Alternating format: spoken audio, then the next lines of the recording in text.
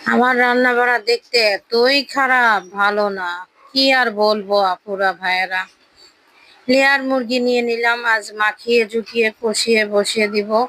যেহেতু gas cylinder কিনতে হচ্ছে, সরকারি গ্যাস এখন পাচ্ছি না। আর এদিকে কাই কুকারে লেয়ার মুরগিটা সুন্দর করে বসিয়ে দিলাম। আমি ভাই আবার অত কথা গোছায় বলতে পারি না, সুন্দর করে বলতে পারি।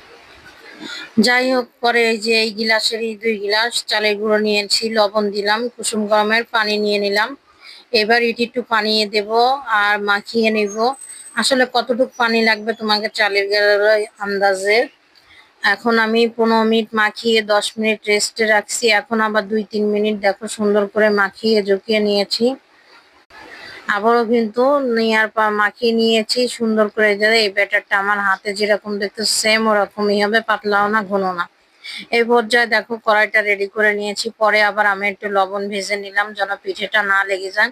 পরে এই যে প্রথম পিঠাটাই দিয়েছি, দেখো সবাই মাশাআল্লাহ বলে যাও, আলহামদুলিল্লাহ যা ফুলছে।